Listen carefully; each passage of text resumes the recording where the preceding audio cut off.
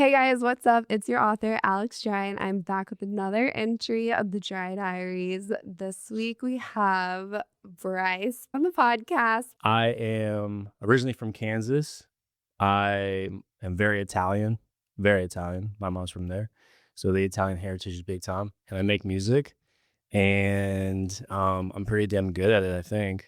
I didn't know that you played football in college. Yeah, I mean, I tore my Achilles my freshman year, so I didn't really play. Oh, that's your claim. Yeah, it's my claim. My claim to fame. I was like, yeah, I was there for maybe a couple weeks, tore my Achilles. It's like this the age-old thing of like, oh, I would have gone pro if not for the Achilles. But yeah, no, I mean, I'm still athletic so. Are you a running back? No, receiver. I was fast. Oh. Not as fast anymore. Yep. Cool. Good intro. All right, I've known Bryce for a couple years now. Like 6. 6 years. Yeah. It's been a while. Yeah. And It's not tired of me yet. No. Wait, to start, are you mad that the Chiefs lost? So I've thought about this quite a bit. So when I realized that we were going to lose, which was like the third quarter, I was like, okay, it's done. I was actually kind of just excited for Eagles fans because I might as well give somebody give the little bro a shot, That's kind of how I felt. They need their moment. Yeah, let them have it. Plus, it's like took a little bit of heat off of us because we were really starting to get hated on a ton because we were just winning so much, and like the whole refs stuff. People are like, "Oh, the refs are the reason you're winning," and so it was kind of nice to lose, actually. How do you feel about the Travis and Taylor situation? I think it's great. I mean, look, she's whatever to do to hype up my team. Yeah, I mean, but also she just for the NFL alone, like she's brought so many more eyes. She's brought like her alone has accounted for like $300 million coming into the sport that wasn't there before, which is great. Do you think it's a PR stunt? Nah, they love each other for real. Yeah, you said that with dedication. Well, I know, kind of. So I wouldn't say I know her too much, but I'm from Kansas City. I've been around all of them for a long time. I go back often. And when I'm around that town, I'm around people that know them or them exactly. And yeah, it's real. Oh, that's good to know. Yeah, it's definitely real. I think the coolest thing about it too is it proves the whole like power couple thing, which is like a beautiful thing. Like for me specifically, my future I feel like has a power couple dynamic. So whoever I wind up with is going to be in a similar route of life, and so it's nice to like see it working. He's not cheating on her, she's not cheating on him. It seems real, like it's like real. So that's nice to see. Now I'm also not opposed to doing the PR stunt, so let's see what happens. But he was like, so Camila Cabello, whoever. Camila, honestly, like I think Dua Lipa got engaged, but I think you lost your chances there. Yeah, I'm trying to think. Who else would I love to be a PR stunt with? Honestly, Kendall Jenner would be perfect. So Kendall, if you see this. I don't think you're her type. That's a good one. That's a good one. So whose type do you think I am? Celebrity-wise. I don't really follow celebrities and their relationships like that, to be honest. Okay, fair enough. Bryce, you're anyone's type. That's the answer I was looking for. There you go. Build me up. Yeah. This is the break me down. All right. Crazy. So how'd you get started in music? The injury in football, actually. So got injured, was depressed because my whole life was sports. Like every aspect of my life was training for sports, going to games, going to practice. Like that was my life. My parents, really pushed us into sports more than anything. And when I got hurt, when you do something your whole entire life and then it ends, you're like, well, what else is there, And so I got super depressed. And the outlet just happened to be music. I always loved music growing up, like listening to it. My parents are very musical. So I grew up with, my mom listened to Earth, Wind and Fire, the Bee Gees, Michael Jackson, that type, like the pop 70s and 80s. And my dad was like Journey, the Eagles, Bryan Adams, Tupac, Biggie. Like I just grew up in a very eclectic musical household of like everything. And so I always loved music. And the outlet was just so interesting that in my darkest moment, it was music that like kind of just brought me back to happiness. And so I started writing music for other people because I didn't believe in like my own voice. Because you never do when you're starting music. You're like, oh, it's weird to hear yourself, So that's where I started was like, oh, I don't think I sound that good. And then I was just writing for people in Kansas City. And then I had, a few people that had heard like some, because what you do is like you'll make a record and you'll cut it with your own vocals and then you'll give it to an artist and then they'll just like redo it with their vocals. But I started having people be like, hey, you sound really good. You should be the artist. And I was like, nah. But, 10 years later, I guess here we are. So, Does anyone sing in your family? no. That's crazy. I truly believe that singing is a genetic gift. It can be, It for can be sure. really a learned. Yeah. Well, I think it can be learned, but you have to try so hard. Mhm. Like, you have to be like, I'm going to dedicate every fiber of my being to singing. And, like, I don't know. I mean, I'm trying to think, I don't really have anyone that's even creative in my family. Like, everyone's just kind of Yeah. business, or I guess my mom's creative because she's a hairdresser, but Yeah, that's definitely creative. yeah, very much so. But, like, when it comes to the arts or, like, music and acting and stuff, not really. Um, I don't know, but that's also that's also kind of why I became like the black sheep of the family, was because I was started like falling in love with this thing called music that was okay to fall in love with if you're listening to it, but as soon as you start making it and trying to strive towards like being an artist, they're like, "Whoa, what are you doing?" Mhm. So, over the years, now they're champions of what I'm trying to do and what I'm doing. But at the beginning, it was very like push and pull of like, no, finish college. Don't do this. What are you doing? I was like, I'll finish college, but I still love this as well. Mhm. Um, and I think everything that is in your gut, like there's like fire, passion in your gut. And whatever that is, I think that is your true life path. And you have to follow it, because if you don't, regret's going to be there for the rest of your life. You're going to be super, super sad and depressed that you never actually chased it fully enough. And I just have like an undying passion in my gut to accomplish a lot of things at a very high level. Like music is one of those, also just being kind of like a personality. Mhm. Trying to all just figure it out, but I just feel like I'm supposed to have a big voice in our generation.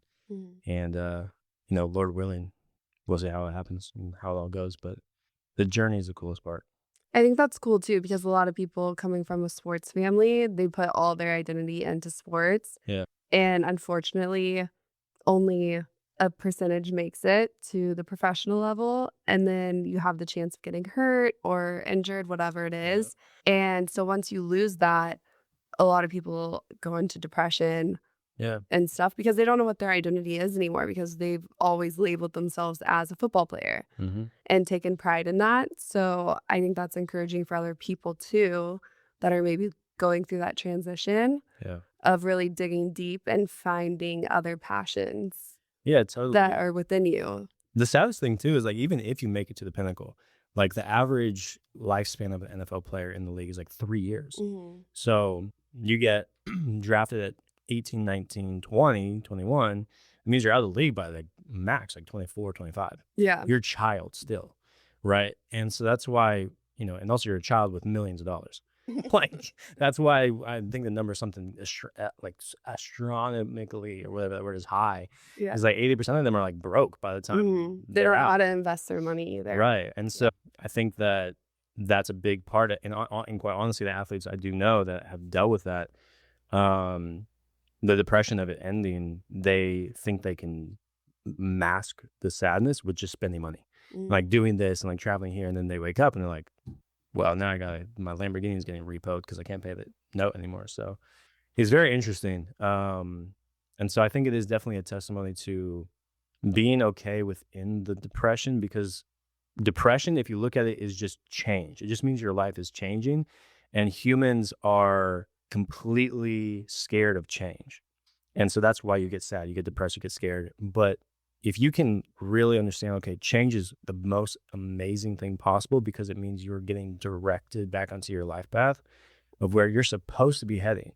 Like, you have a plan. Like, you have a plan. I have a plan for my life. Like, there's something in us that is pointing us to our direction, and every little thing that we think may be negative, or, oh my God, this didn't work out in my favor, or like, oh my God, I didn't make this happen or this happen. Well, all of those things are just directing you back to where you're supposed to be. I could have been a player, right? But who knows? My life could be way shittier than it is now. Like, I have a great life and I love it. But it's just interesting that the darkest moments really make way for just like the biggest break. Redirecting your path. Totally. We've talked about this, and you guys have heard it, me talk about it on the podcast, affirmations, manifestations. So if you could see yourself in 10 years from now, Mhm. what would that look like if all your affirmations and manifestations came to fruition? I would be one of, How if old would you no, be? I would be in 10 years. Yeah. I would 40? be just at 40. Okay. Yeah. So I would be one of the biggest personalities in the world. So someone, whether it's through music, through just entertainment in general, I don't know, just somebody that has a massive brand that speaks to people in a like very like deep way. And whether that's through music, um, or a combination of music and like stuff like this. Cause like I love this. Like I just love conversation. Mhm. Um, and I think that beautiful things can come out of conversations like this when you're just being yourself. And like as crazy as I am, whenever a deep conversation happens, I just love it. I'm like, let's get deeper and deeper and deeper. And I feel like there is kind of a lack of that in media right now. It's Mhm. like, yeah, there's a lot of funny stuff, there's a lot of like goofball stuff, but the depth of conversation isn't as prevalent right now. I mean, I think someone who gets pretty deep with with his people is Joe Rogan, and we've seen how big he's gotten, and it's just interesting. So I think, not even I think, I know I will be one of the biggest voices in the world, and so it's just about making the consistent steps and making it happen, and just being open to everything. Well, I think also in music, that opens the door to doing things like this, Right. such as media, podcasts, getting deeper, doing interviews. So I think that you're going to step into being a huge musician, and then that's going to open the doors for media opportunities. Hell yeah. And even starting your own podcast, you definitely could do that. There's not a lot of Yeah. musicians that probably have the time to do it once you Yeah. start touring. But it's also crazy because the best concerts I've been to is concerts. I mean, the first person that comes to mind is Justin Bieber. Hmm. When I went to his Purpose Tour concert, he really mixed his music, speaking, talking, telling stories Yeah. with a combination of the band behind him. And that was so inspiring. It didn't feel like church, but in a way, it brought that energy into the Yeah. crowd. That's And dope. it really, yeah, which I feel like music kind of lacks that. Yeah. Probably I mean, because the agenda behind it all. That's my yeah, conspiracy. well, it's also, it's even the thing, it's like, well, like, me and my producer Drew, we have these conversations all the time. It's like, okay, well, we are not like, what's like, all the labels like, well, make what's selling, right? You Mhm. got to make what's selling. Well, selling records does not mean you're a good artist by any means. You're just doing what the NPCs are all. So that's one of the things that Drew has been very hard on me about, is like being as authentic as possible and Mhm. like making a new sound that is different, and just putting something new into the world and not being scared that we're not making the poppiest pop records in the world. Those are good for moments and stuff like that, and like building a fan base. But at the end of the day, like the reason Tyler the Creator just sold out SoFi 6 nights in a row Mhm. is because he's as authentic to himself as possible, and he has been for 15 years Forever. now. That's all the biggest artists in the world are as authentic as possible. Even if like someone like, for example, Taylor Swift, some people don't think she's that authentic, but like she's really that person. Mhm. Like that sad girl pop, like that's really who she is. She's authentically herself. And I think that's why she has attracted so many fans, because they can kind of see through it. And consumers are not stupid anymore. Like there's so much content available that they can tell who's being like authentically themselves.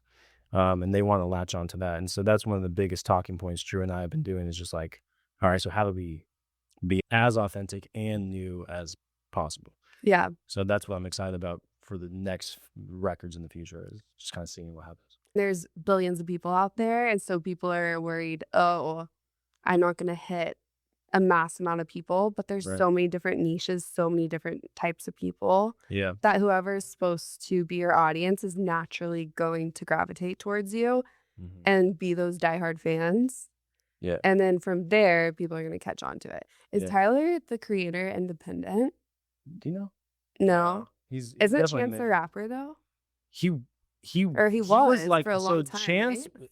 He was independent.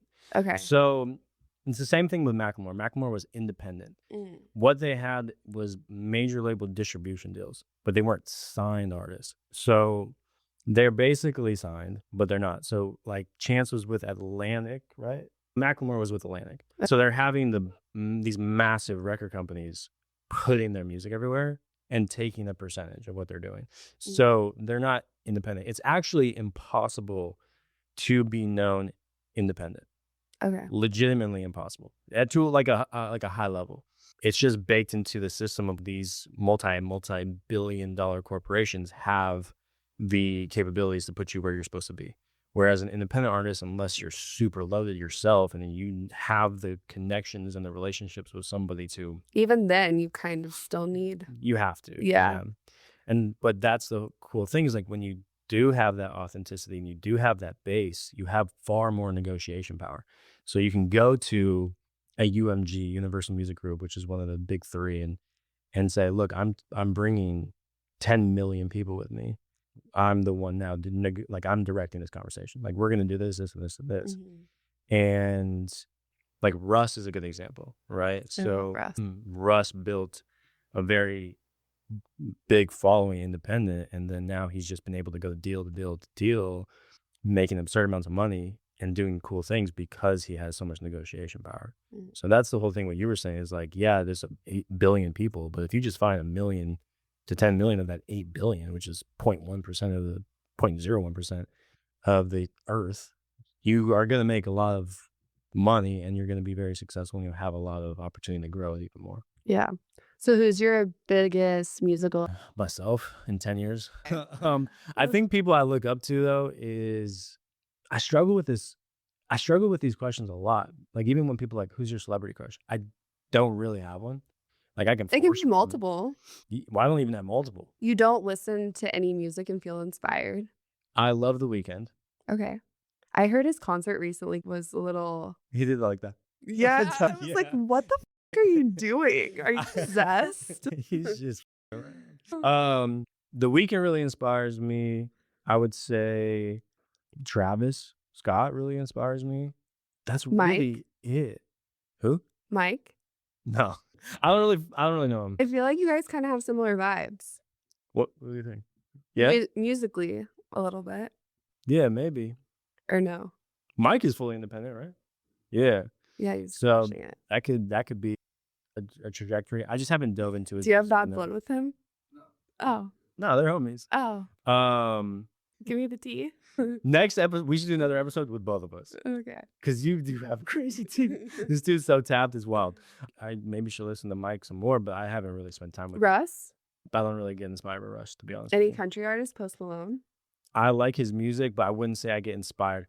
It's very interesting because I think that's why I'm meant to be this unique thing, which is why it's also been a struggle of like finding where to go within the music and entertainment. Like, where do I even fit in? Because I don't really see much of where I'm inspired. But that's where I feel like Post Malone kind of steps in because of where he started in his career and how he's transitioned a little bit into the country realm. Yeah. I kind of feel like that's maybe. a mix of. Yeah, I mean, he's doing a good job of like evolving his brand, but I feel like still no. I don't get inspired by it. Mm. Like the music is good, but inspiration is like, oh, like that's dope. Like quite honestly, Travis Scott's really the only person I'm inspired by, which is very interesting. Really? Yeah. Because I don't even make music like him. What a, I don't even make music like how's that. that inspiring? The beat, maybe. Because of the world he's created. That's the main thing that's inspiring. And it's the same thing with The Weeknd as well. He's created this world around the music that just brings people in. And that is what I'm really trying to do. Coldplay is a good example. Coldplay has created this massive world. I don't even really listen to their music, but they've done it. Mm-hmm. So that's inspiring. But, you know, anyone that can have the kids on the floor mosh pitting and then the adults in the seating section singing your songs, that's building a world, right? Because that's why I think Travis is a really good example.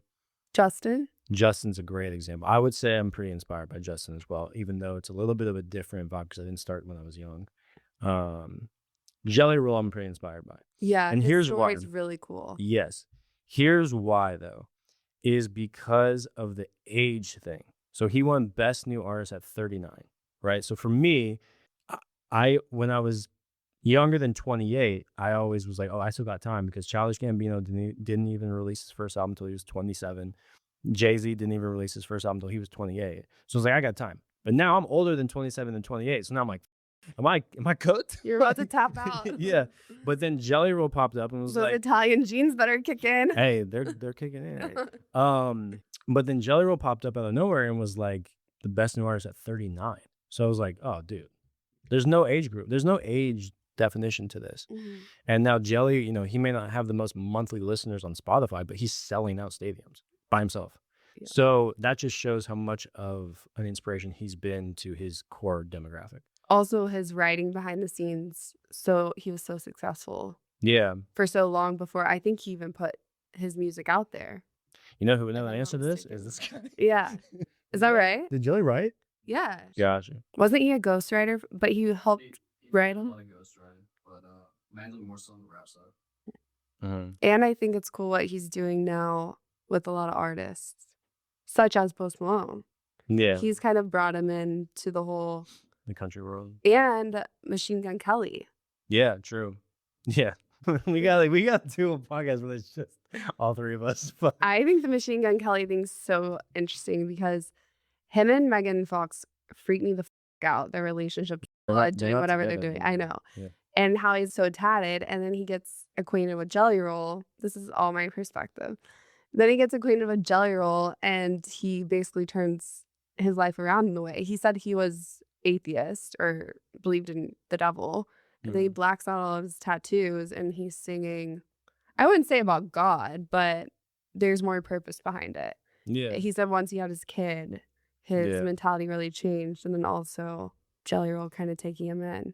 Yeah, I think that's a beautiful thing about making sure that you're surrounded by the right people. When you're in this world and you're surrounded by people who are not great, you're gonna fall into. That's what we're seeing with the whole Diddy stuff, because like the Diddy thing is bigger than you realize. So there's gonna be more stuff that comes out. But oh, I know.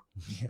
So I'm like, then I realize. Trust me. Yeah. Me, the conspiracy theorist. So that shows the opposite side, and then also same with Kanye. Like seeing his just crumble has been so sad, because he was somebody that used to really inspire me when I was young, because I was like, okay, I like his music. It's not rapidy rap, shoot you in the back type stuff, and his fashion was always really inspiring to me as well. There's something cool about it, but there's also just something that's like sad, because I feel like if his mom was still alive, he would be like a very, very powerful, positive voice to everybody. I think he would be doing more of what you think he should be doing, which is like speaking out against the bad shit that he's seen.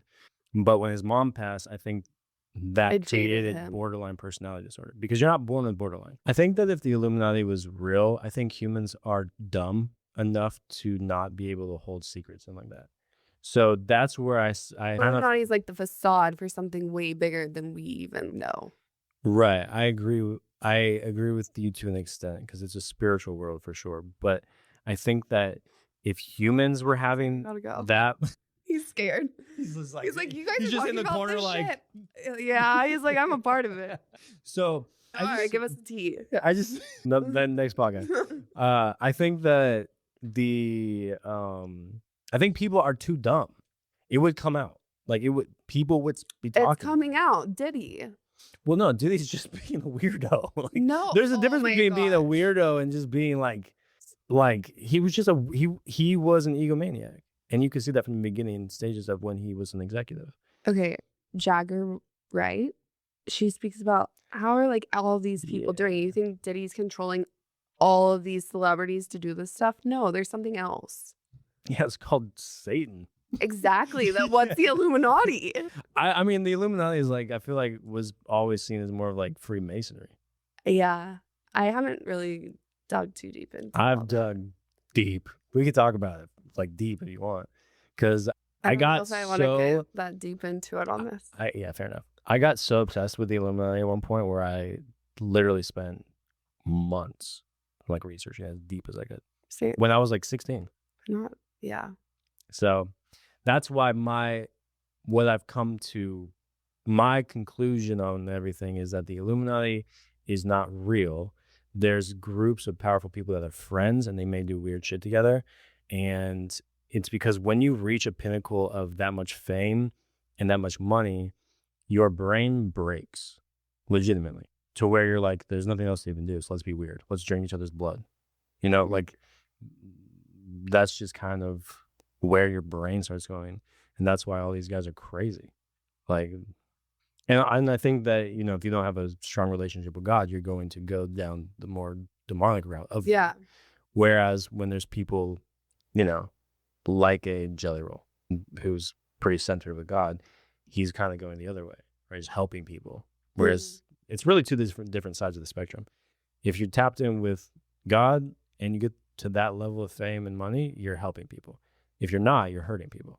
So that's kind of where the two things lie. And then the people who all want to hurt people are together. People that want to help people are together. That's kind of how I view it. Yeah. I could be wrong. I'm not in the Illuminati yet. I'm working on it. Let me know when you join. Yeah.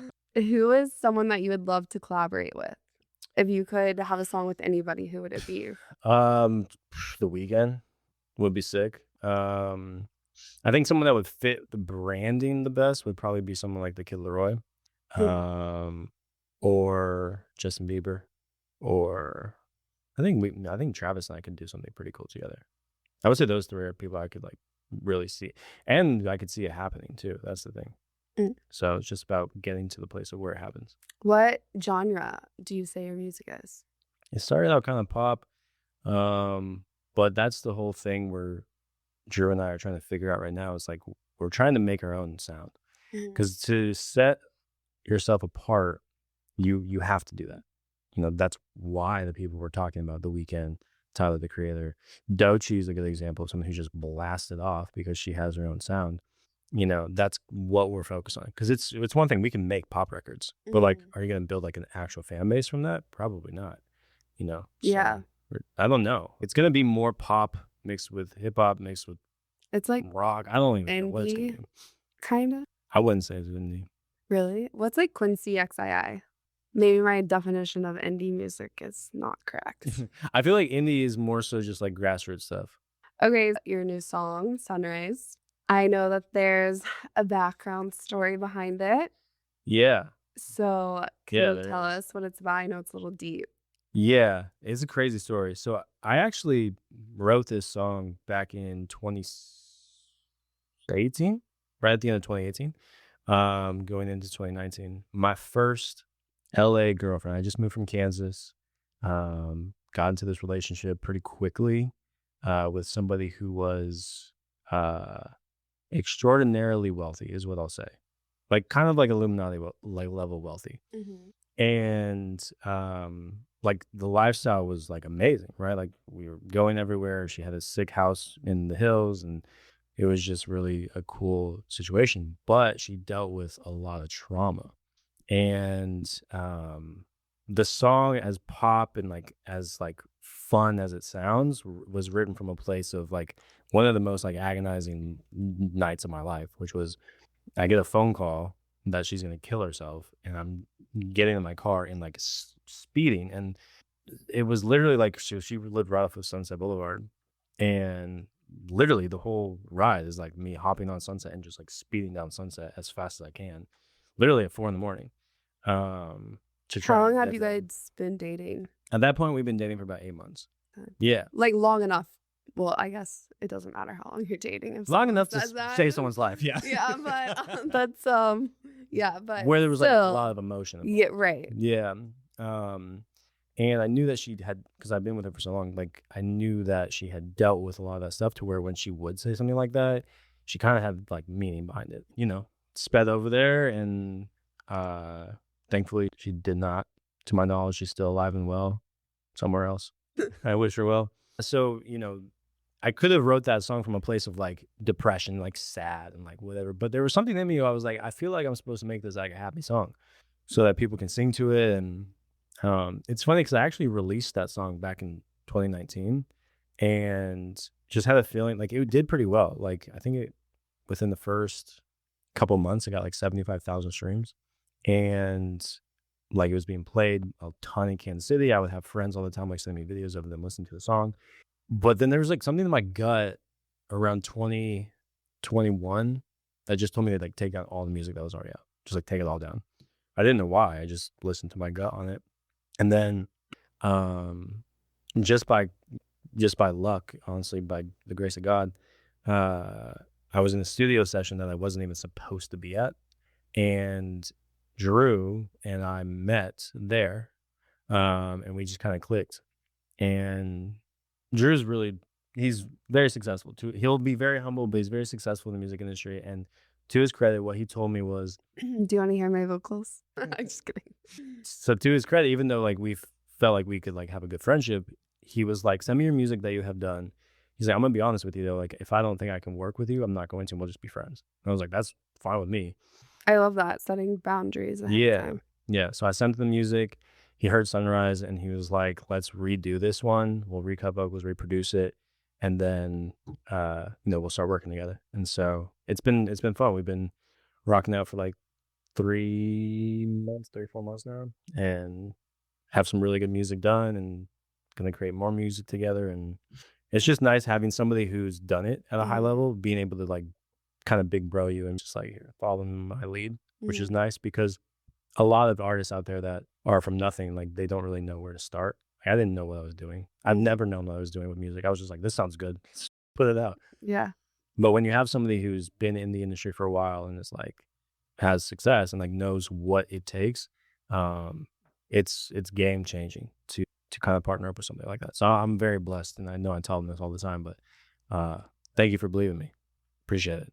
And let's take this shit to the top, bro. Do you think you deleted all your music out of doubting yourself, or did you truly have an intuition? I had intuition because there were songs that I kept up. So like Naughty was one I kept up, but I took down like 6 others. And I don't know, I just had the intuition that it wasn't like the time for them or something like that. And I had like, when I first started releasing music, I had very good traction, just like randomly. And the traction is kind of like, because I've stopped for a few years of doing music and trying to get back after, the traction has kind of died down. And it'll come back for sure. But even with all the traction I had, I just felt like something was wrong. And so it just wasn't your time. Yeah. Even as hard as I like fought against that feeling, there was a day where I just was I like literally was just like, God, I don't know shit. I'm just going to start following my gut. Because the biggest thing that I think people mess up with their lives is they try and force things.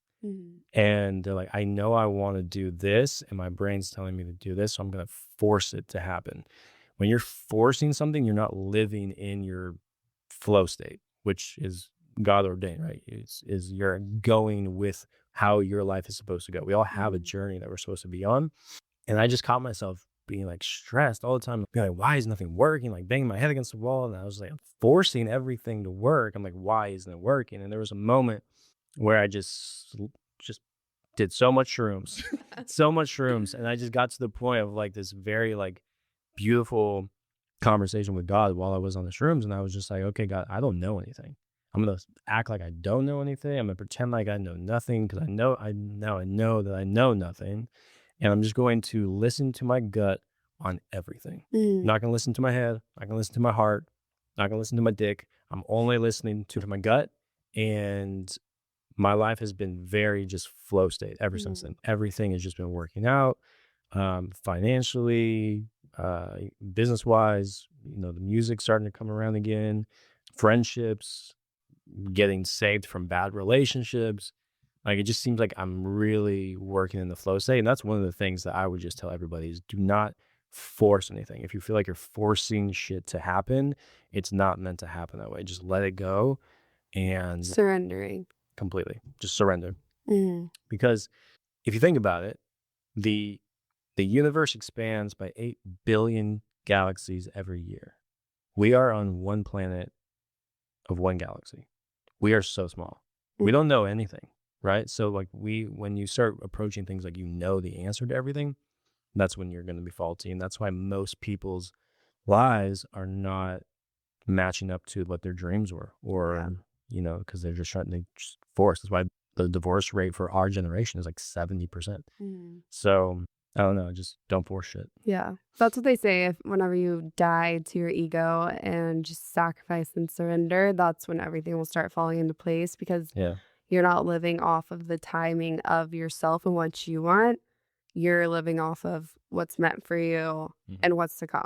totally. So I totally believe in that. And that's another thing too, is like I was always so worried about the end goal. That's why I was like forcing everything to work. I've kind of adopted the whole cliche of like enjoy the journey. And so that's why it's just going to be like, even though like the music isn't moving as quickly as I want it to right now with like streams and virality or whatever, I'm not really worried, because it's going to work eventually, because I have a undying fire in my gut that I know it's going to happen.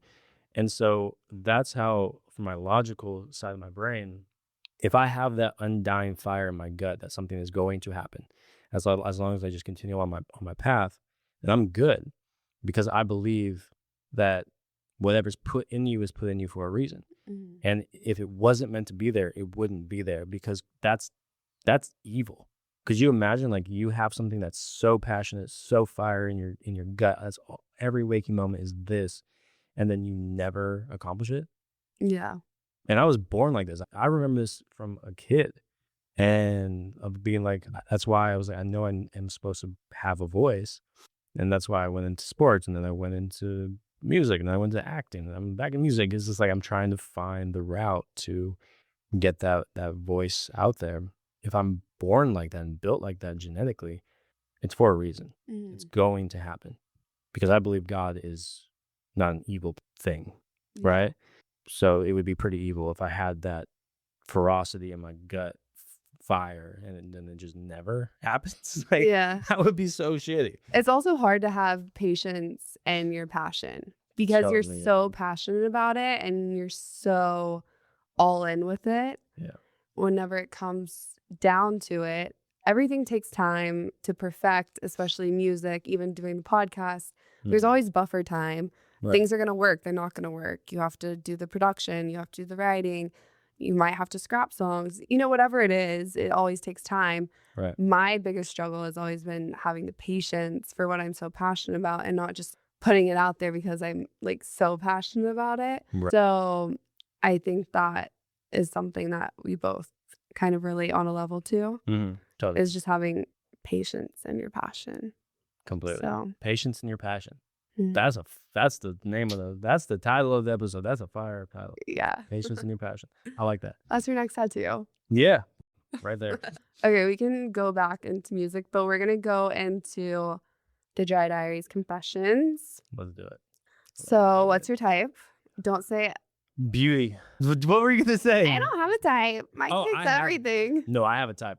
My type is beauty. My type is, it doesn't matter what color, what size, nothing. As long as they walk into a room and everybody's eyes goes to them, that's my type.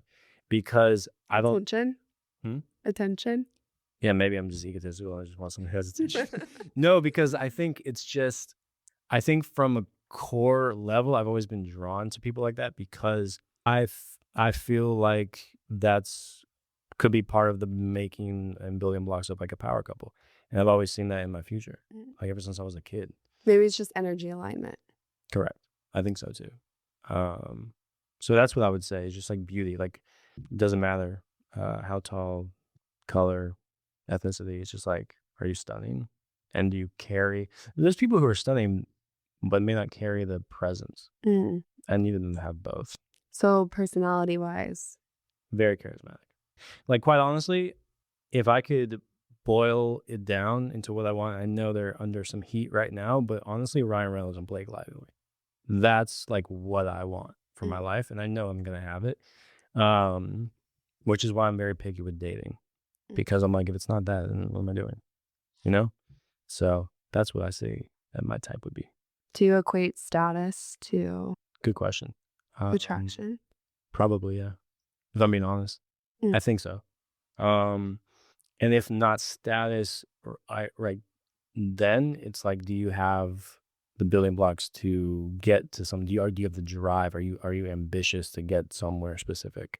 I feel like most people that I talk to and get to know aren't really like a sniper with what they want in life. They're kind of just like, I don't know, I'm figuring it out. And that's beautiful, but like I feel like I am such a sniper with what I want that I need somebody who's also like that, Mm. in my opinion, or we just will not work. Yeah, you're also a very direct Yeah. and decisive person. Yeah, So I very blunt. feel like someone has to. That's why. Okay, so guys, I posted on my close friends a story, and I was talking about Sagittariuses and why to date them. Or No, why it was you- it was a video where it literally said like reasons to date Sagittariuses, and I commented and I said, number one, don't. And right before I was gonna send it, the guy's head moved and it showed that number one said don't.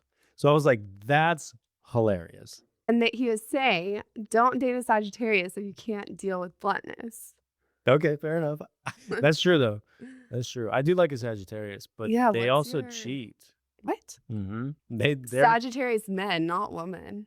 I've never dated one, Yeah. so I never can't know. tell, but that's the overall arching like what it is. No, Sagittarius are very loyal. That's our thing. Okay. I think I would know. I am one. I've never cheated. Yeah, but you were raised right.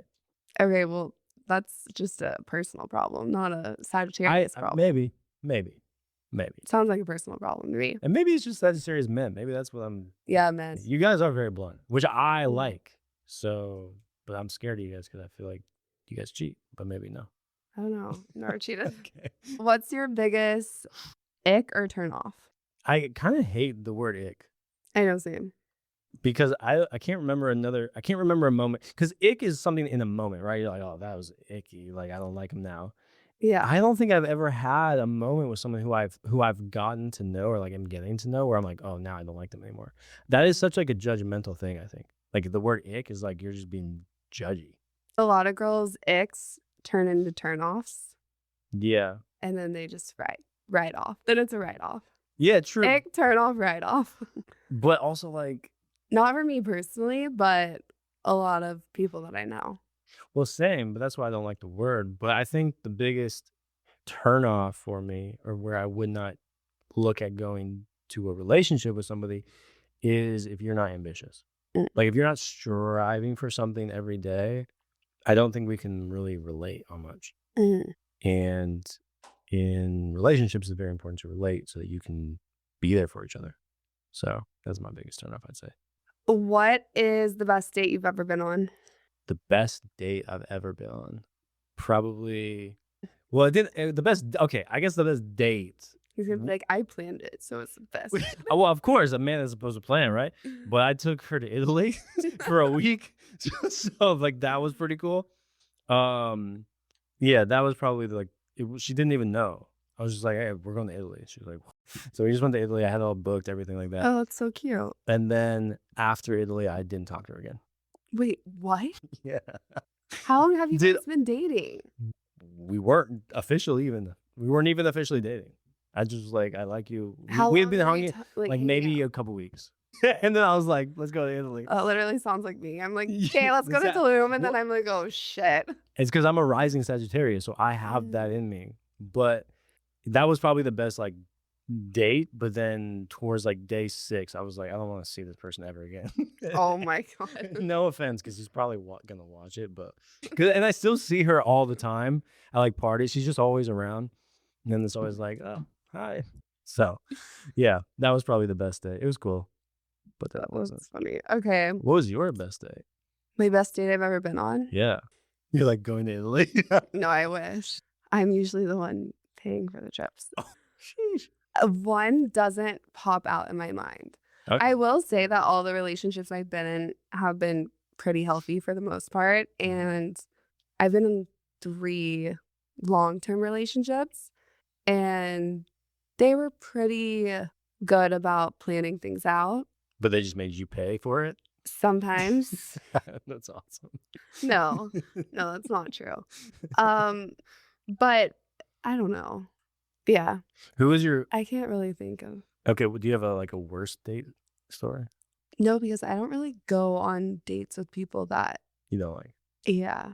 Okay. Or I could see it going horribly wrong. Mm-hmm. Is that a question? Because I could answer that one. Yeah. Okay. So this is a iconic story, and I love telling it, which is why I was like, let's talk about Yeah. worst first dates. Um, So I pick up this girl. I kind of known her, through mutual friends for a while. It was our first like date. This is mhm. back in Kansas City. Pick her up. She's like super talkative in the car. She's like very over the top charismatic than like what I remember her typically as. We get to this nice Italian restaurant. And we're sitting there. They come down and ask us for drinks. I get wine. She gets wine. We drink the wine, and then our food comes. And as she's eating the pasta, she's starting to kind of get white a little bit, and like stop like starting to like not really communicate as effectively. And I just kind of stared at her. I was like, "Are you okay?"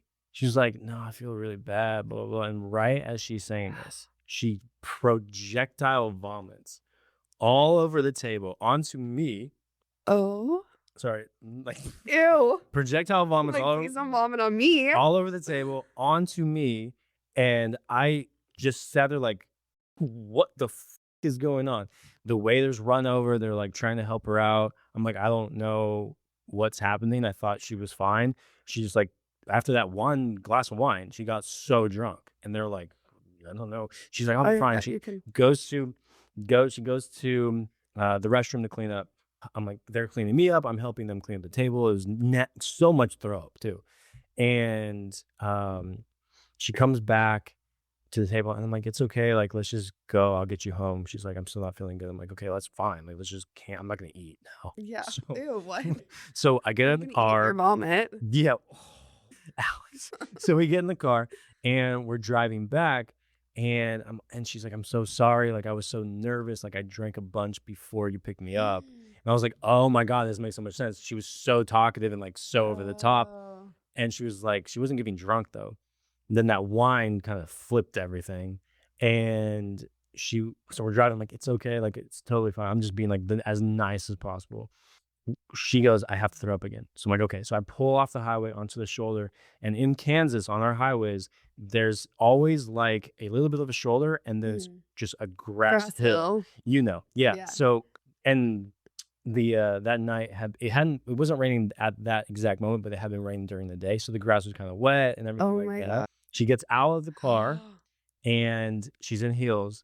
She's throwing up, and her heel catches like the slippery grass, and Slide. she's literally throwing up and stumbling like rolling down the wet grass hill. And it was pretty steep down.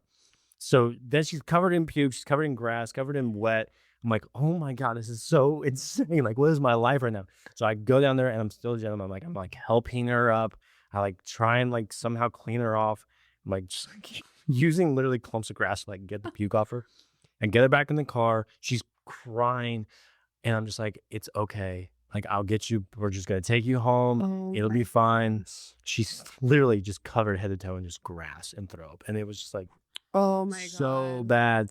So I drop her off at home. I walk her up to her apartment. She gets inside. I go home, and I never heard from her ever again. Did you reach out? Of course. Oh. I was like, hey, like, it's totally okay about last night. Like, if you want to hang out again, just nothing. Oh, you're down to hang out again. We had mutual friends, so I was like, I'm going to see her again. I never saw her again. And then I moved to LA like 6 months later. Have you ever heard from her? No. She was probably just so embarrassed. So traumatized. Oh. But that is At the, least you reached out. of course. I mean, like, I took you out on a date. I thought there was something there. Like, one bad night isn't really going to give me the ick, So, but yeah, never heard from her again. What's your go-to I'm not interested text? Oh, that's an interesting question. My go-to I'm not interested text would probably be a thumbs up. like a thumbs up on the What? message. I don't know. I don't really get to the point of conversation to where I have to tell somebody I'm not interested. So I'm trying to even put myself into I think I just kind of, I don't ghost. I just kind of fade away. And like, I'll be like a little bit more of like the thumbs up on a message or a heart a message and not really respond. And I think people get it. But I've never put myself in a position where I have to like send an actual message of like, hey, like, this isn't working out. I just don't get to that point. Yeah. Because I love Triggered. bomb. So like, if I I don't get to that point because I love bomb. So it's either like I'm going to love bomb you or I'm not. And if I love bomb you, we end up dating. If you could write a dating rule book, what would your number one rule be? Love yourself. Love that. Because you can't love anybody else truly until you truly love yourself. Yeah.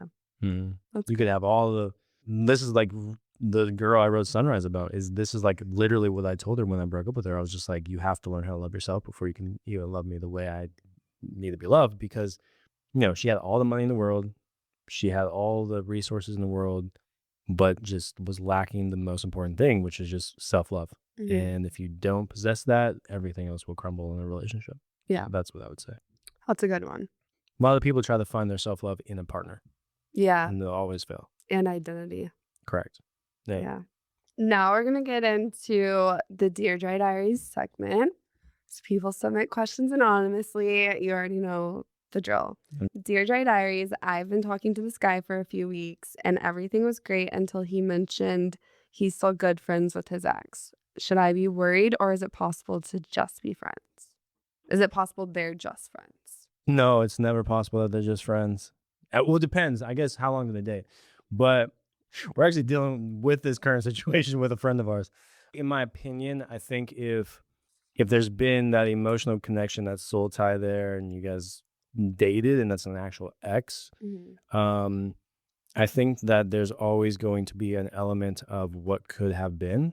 And I don't know if that's going to be a place where it's going to be healthy enough for you to get into a relationship with them as well.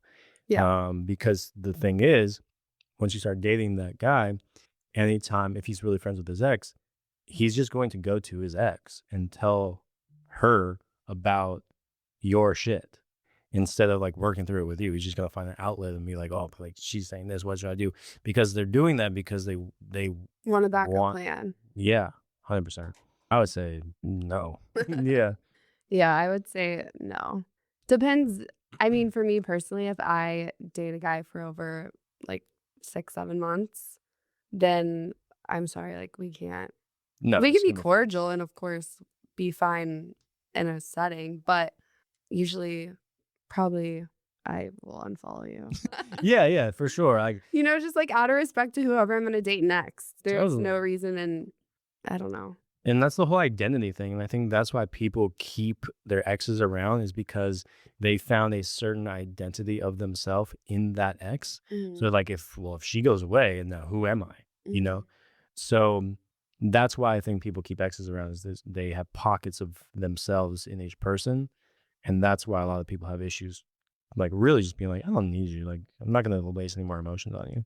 It is so crazy though, whenever you're in a long-term relationship and you break up with that person and you've been with them every day, hung out with them, maybe lived with them. One day you're best friends together, the next day it literally zero communication. Yeah, it's wild. And there's always going to be that moment of like grief, because you're grieving almost like a death of a friend a little bit. But if you love yourself, You'll know you it's can the get best over it thing. pretty fast. Yeah. Yeah. That's the thing. You're like, I'm good. This is not for me. Mhm. But a lot of people will always have that back in their head, like, well, what if? And it's like, you got to grow up out of that. That was one thing everyone asked me. How'd you get over your ex so quickly? It's like, I'm good. Because he wasn't my person. Yeah. Why am I gonna keep wasting thought or be sad over someone that isn't gonna choose me?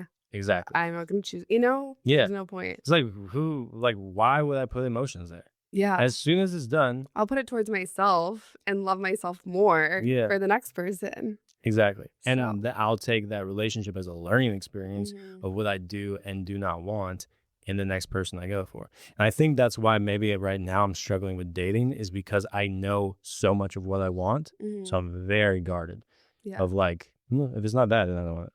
as it So, should be. yeah. Dear Dry Diaries, I went on a date. It was amazing. They didn't text me back for 3 days. Should I text them again or move on? Is this a girl or a guy's perspective? Because I think it could be both, like an interesting like dynamic on both. But I think this is probably a girl's, but I'd love to hear the guy's perspective. guy's perspective. So a guy took a girl out and she's not responding. Sometimes girls that are insecure or not as mature yet they play games and they want to see how much you'll like them. So if a guy hasn't heard back, it could be that maybe she just wants to see how much you're into her. So if this question sounds like neither of them have texted each other since the date. No, I went on a date. It was amazing, but they didn't text me back for 3 days. So So that she person did get a text. text back, but 3 days later. I think the other person's out there. So I wouldn't take it as Excuse me, serious. what? No text back for 3 days equals that you're out. 100%. Okay. 100%. If it's a, if I mean, If like, it's a girl if it's a texting a guy, yeah, if it's a guy and the guy's ghosting you for 3 days, yeah. a guy will know what they want. Mhm. If the date was good, he's gonna want to see you immediately again. Yeah. So if you don't hear from him, he's out there. Take it from Bryce. He knows. Dear Dry Diaries, I accidentally liked my crush's photo from 2 years ago while stalking their IG. Do I unlike it and pretend nothing happened, or do I own it and slide into the DMs? Own it and slide into the DMs and tell them in the DMs, damn, you look real good back in 2017. Oh my God. Just play it off, like be funny about it. That's what I would say. Because I would just move. Like, blunt. I just wouldn't acknowledge it. I would just like it and keep going. yeah, and see if they say something. Yeah. That's fair. Honestly, sometimes I the don't even best look at the that best responses I've gotten are like random like messages, like when I do scroll back and like the old ass message, they're like, "What are you doing?" I'm like, showing you I'm into. making So. sure you still look the same. Honestly, we did that the other. Okay. Most of these girls, they don't be looking the same. That's crazy. Okay, well, that's all the questions I have. Oh yeah. Do you have anything else that you want to add? I don't know. I just love talking with you. It's fun. So let's do it again. Okay, let's do it again. Hell yeah. All right, where can we find your song, and when will your new music be out? So everything's on all the streaming platforms. It's Brxce. My last name Grimm, Grimm, and we're just gonna keep pushing Sunrise for a little bit because we just feel like it's a really good record and it's time to breathe. Mm-hmm. And then we'll start releasing music again. Yeah, and then socials are just Bryce with an X, Brxce, and we lit. Cool. You guys need to do a music video in Texas. Well, we did a music video I saw. for Sunrise, but for Sad Hour, we could go to Texas and do You it. guys should. All right, guys. Well, that concludes this week's entry of the Dry Diaries. Thank you guys for tuning in. We'll see you next week. Bye. Bye-bye.